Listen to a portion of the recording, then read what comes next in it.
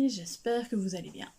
Je reviens vers vous pour un petit point lecture, à l'ancienne entre guillemets, parce que j'ai lu énormément de livres en très peu de temps.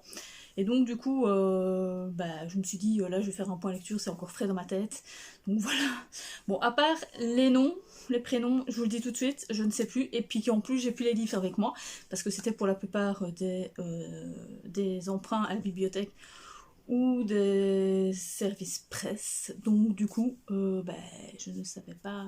Enfin, j'ai un service presse, au fait, tout le reste c'était des livres, des emprunts à la bibliothèque que j'ai dû ramener, donc voilà, bref. Donc nous avons 7 lectures, dont une BD, un Cozy Mystery, une comédie de Noël, oui je sais, bref. Et le reste c'est, on va dire, du jeunesse, ou young adulte, voilà quoi. Donc c'est pas mal, j'ai quand même eu de belles lectures, franchement, voilà, j'ai pas... Bon, je vais commencer avec Eclepsis, le tome 3, de Mélodie Gaillard chez Rebelle, que j'ai adoré. C'est une super saga. Je peux pas vous parler du livre en tant que tel, enfin de l'histoire en tant que telle, du moins pour ce tome 3, vu que c'est une suite de saga, c'est une trilogie, c'est une fin de saga. Donc ici, au fait, l'histoire, c'est Cyrielle qui habite à Eclepsis et qui va apprendre sa magie, parce que c'est du fantastique, qui va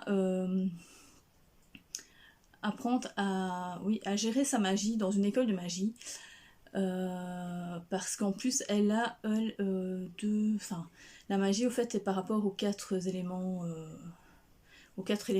et donc du coup elle a le pouvoir de 2 éléments, ce qui est très rare, et donc du coup de là va y avoir une aventure et tout, avec des méchants, des gentils, enfin bref, c'est un peu à la Harry Potter, mais rien à voir avec Harry Potter, mais je veux dire, c'est dans la même trame, on va dire ça comme ça, de Harry Potter.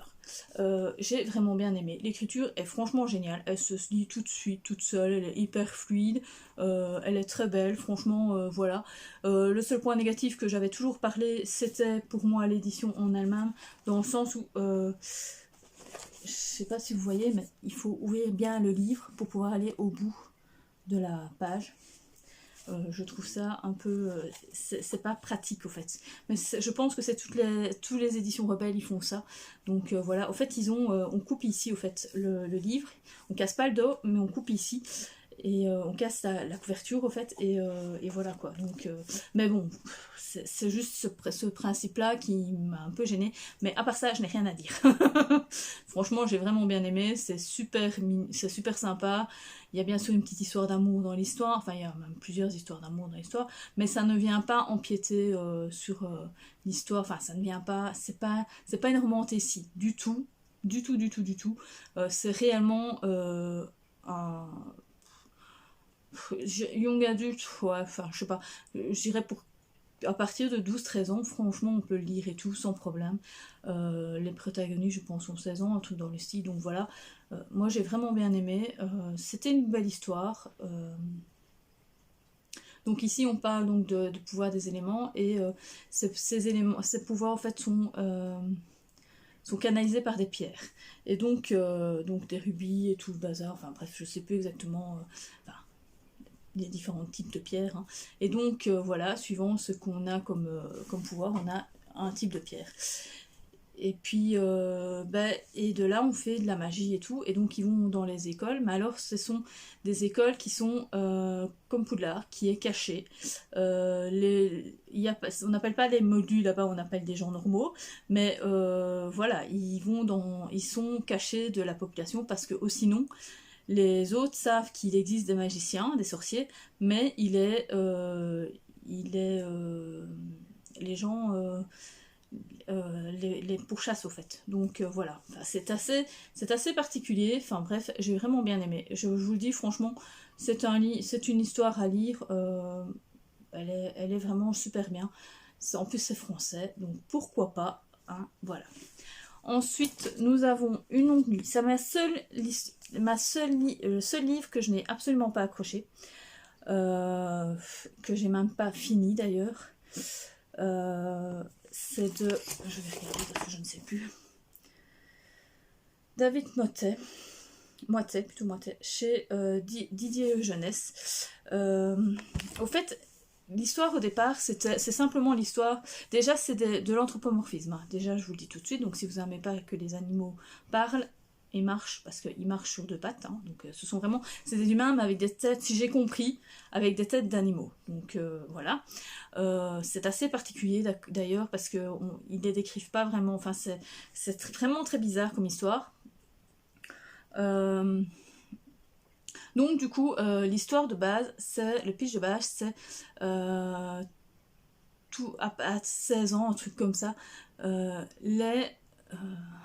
les enfants, les adolescents, doivent passer une épreuve dans une forêt interdite. Dans cette forêt, ils doivent y passer une nuit, à aller chercher une fleur bien particulière et la ramener, et s'ils ne l'ont pas ramenée, eh bien ce sont entre guillemets des esclaves. Voilà. Le pitch de base, c'est ça. Sauf qu'on part dans quelque chose de totalement différent, de totalement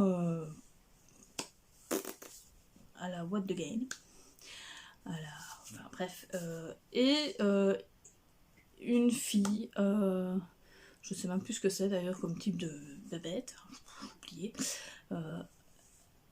va, elle, être la première enquêtrice du royaume, femme. Et donc, du coup, elle va être envoyée au fait dans un...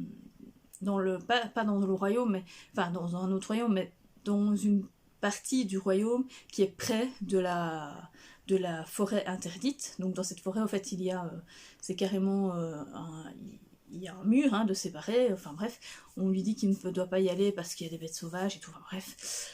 Et donc du coup, j'ai du mal à en parler parce que ça m'a vraiment perturbée cette histoire, et j'ai pas trop compris en plus l'histoire réellement. Bref, elle y va, et là, il y a un enfant, enfin un adolescent qui a disparu, et personne ne veut s'en charger de l'histoire parce que c'est un esclave. Ils appellent pas ça esclave, ils appellent ça autrement, mais bon, j'ai oublié. Et donc, du coup, elle va essayer de le retrouver et de mener l'enquête et tout. Enfin bref, elle va tomber sur quelque chose qui fait que on parle d'un thème. Je peux pas vous en parler parce que ça va tout spoiler à l'histoire. J'étais à la moitié du livre quand c'est arrivé, donc je peux rien vous dire. Et moi, ce thème me dérange fortement. Ça n'a rien à voir avec le LGBT et tout le bazar, ça n'a rien à voir avec ça, donc c'est déjà pas ça. C'est un autre thème, et ça m'a complètement dérangée.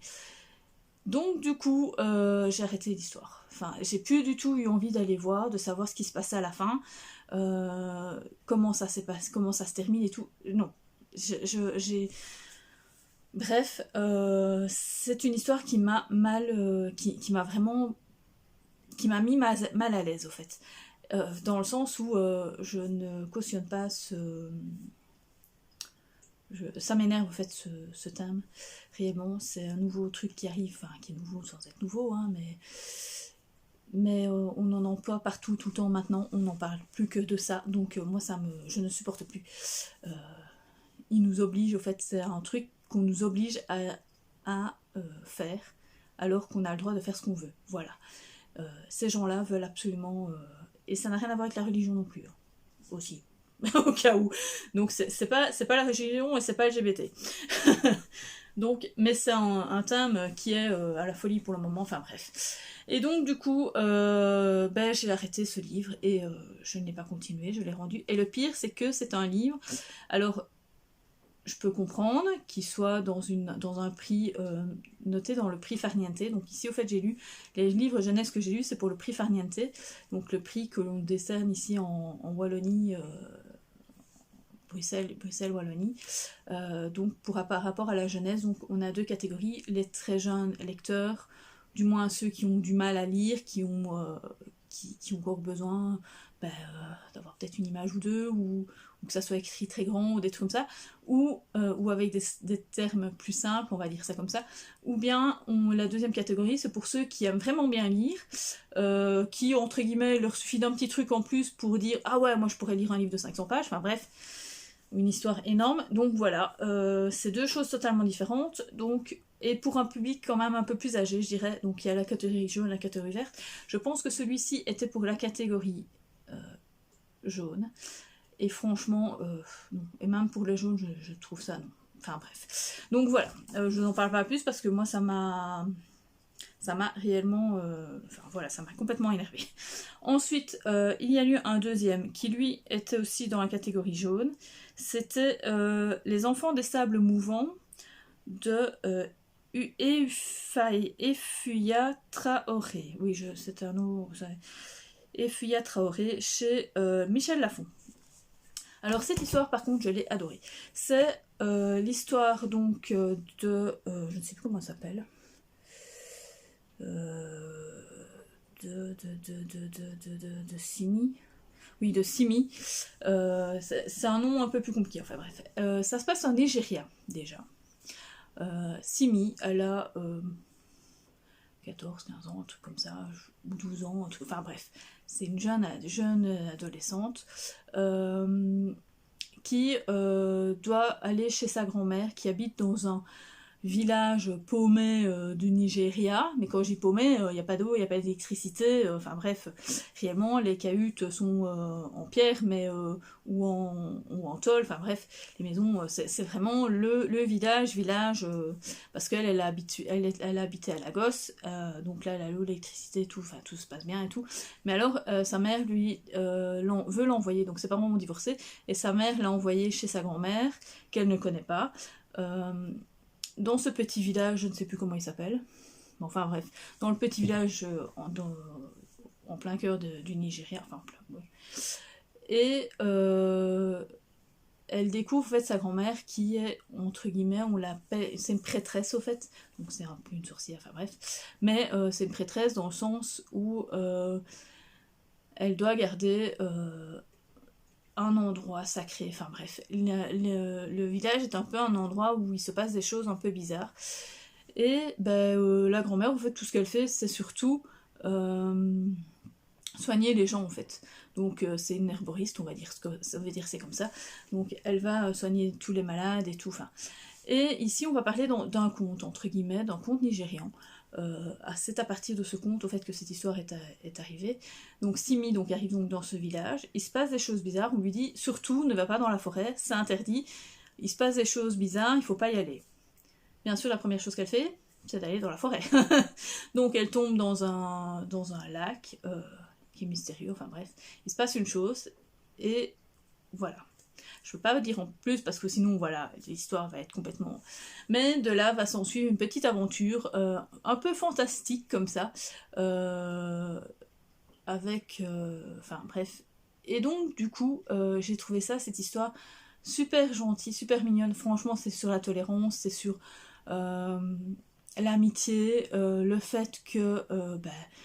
entre guillemets, les sorcières, comme on pourrait dire comme ça, ou les prêtresses, sont pas des folles, hein, elles savent juste utiliser la nature et tout.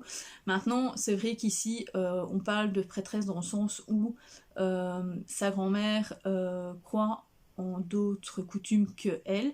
Elle est catholique, chrétienne, et ici, sa grand-mère, elle est plutôt dans une religion, on va dire... Enfin, c'est même pas une religion, mais c'est dans une croyance où il y a plusieurs dieux, quoi. Donc, et que les dieux sont en même temps, par rapport aux pluies, au vent, enfin bref, qu'il y a des dieux un peu pour tout. Donc voilà.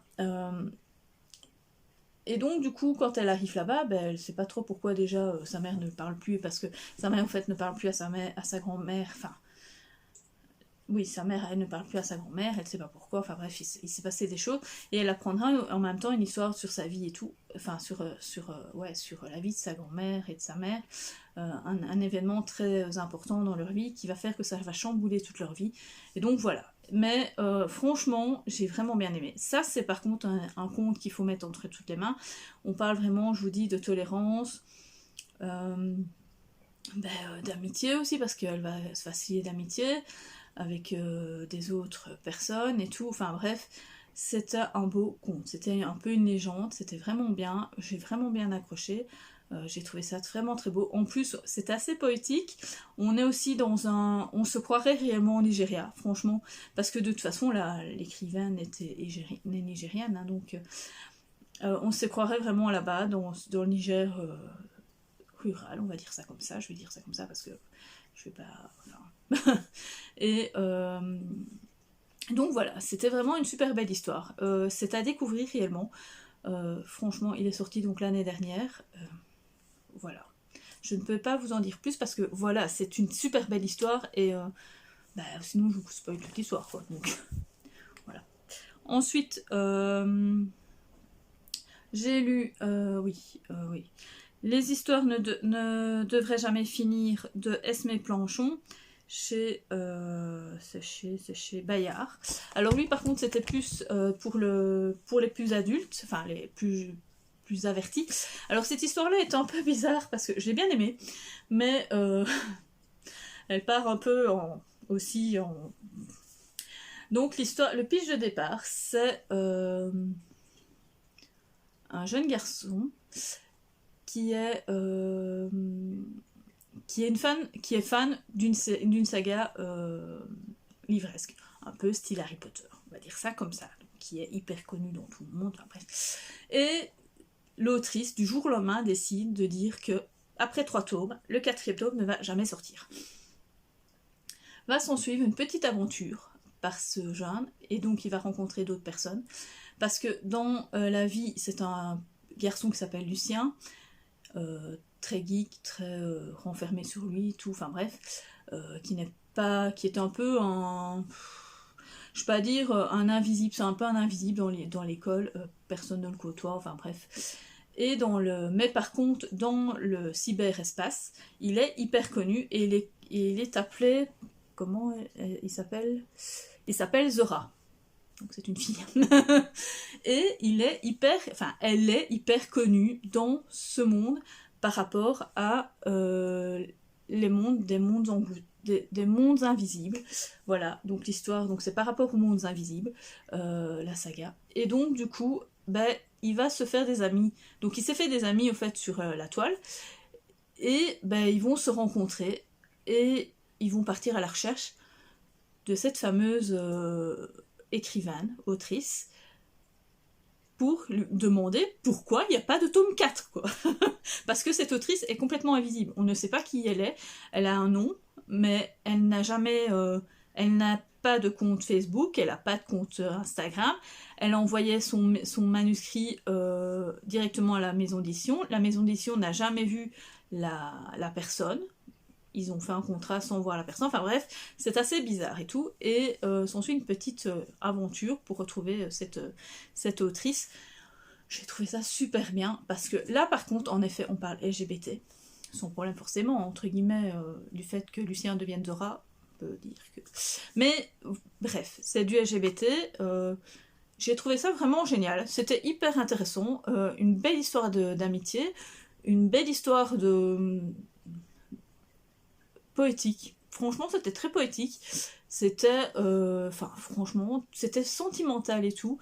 Il y a une belle petite histoire d'amour dans le truc. Franchement, ça, j'ai vraiment bien aimé. C'était vraiment une super belle histoire et une belle petite aventure, ouais, pour des jeunes de 14-15 ans, sans problème, parce que bon, voilà, on parle quand même d'amour, donc pour les plus jeunes, forcément, il n'y a pas vraiment, ça les intéresse pas, hein, vous savez bien. Donc, voilà. Qu'est-ce qu'il y a, Manounette? Elle veut sa petite gâtée. Bref. Donc, du coup, voilà, j'ai vraiment bien aimé. C'est une histoire à découvrir aussi, sans problème. Je vous le conseille fortement. Du coup, dans mes choix, j'ai mis celui-là pour la zone verte, enfin pour le prix, pour la catégorie verte, et j'ai mis donc du coup celui que je viens de vous parler avant pour la catégorie jaune. Donc voilà. Parce qu'il y avait aussi Immortality Love Story que j'avais bien aimé, mais que j'ai moins accroché quand même que par rapport à cette histoire. Donc le titre c'est les histoires ne devraient jamais finir. Donc voilà. J'ai vraiment bien accroché à cette histoire. C'est à lire absolument. Franchement, c'est à découvrir. C'est vraiment génial. Ensuite, j'ai lu une petite comédie noëlesque. Franchement, est-ce que je devrais encore la présenter?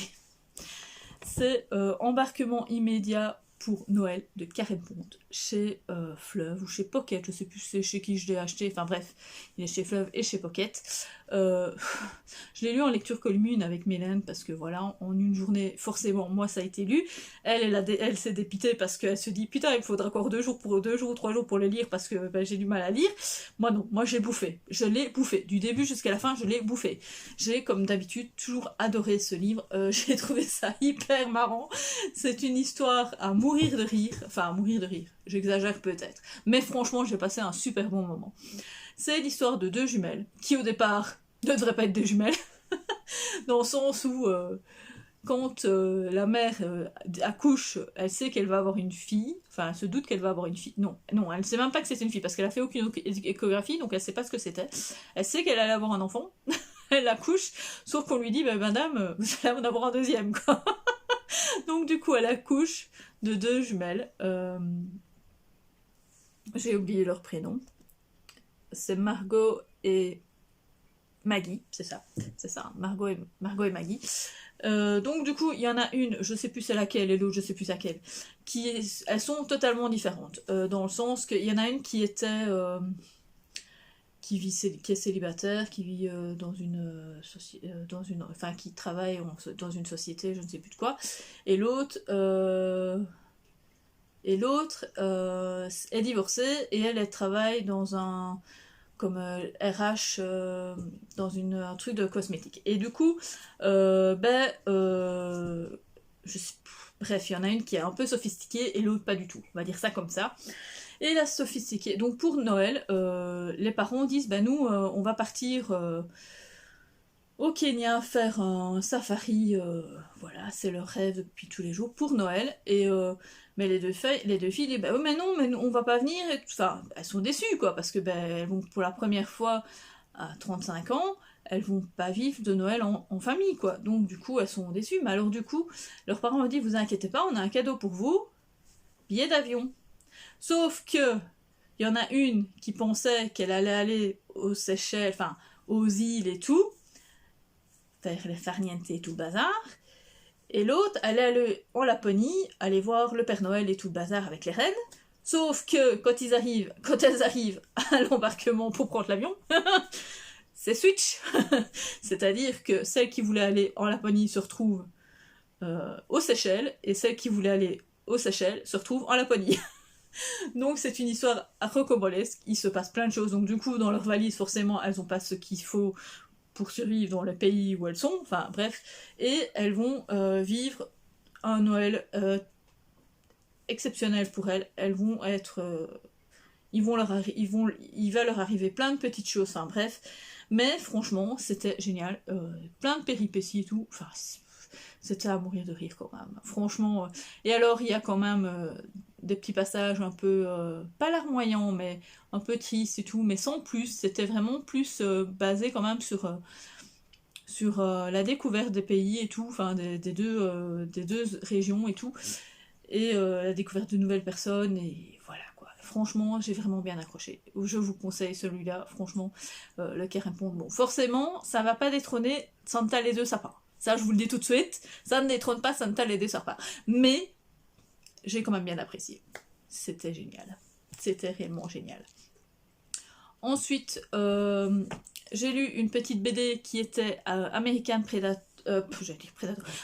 Parano de Hervé Bouchy et je ne sais plus comment il s'appelle l'autre, Lucas Varela. C'est ça, Bourri plutôt. Hervé Bourri et Lucas Varela chez Dupuis, donc c'est en 2 tomes. Donc de l'histoire, donc American Parano est une histoire, donc c'est Black House. C'est un polar, donc qui se passe à San Francisco. Nous avons une enquêtrice, donc on est en 1967, une enquêtrice qui s'appelle Kim, et son collègue, parce qu'elle est encore une jeune enquêtrice, elle est avec un collègue homme, donc à cette époque-là déjà les femmes à la police, ben voilà, bref, il se retrouve à enquêter sur une femme morte avec des signes satanistes sur le corps. Donc du coup ils vont enquêter sur cette histoire et ben, le seul souci c'est que ça s'arrête en cliffhanger.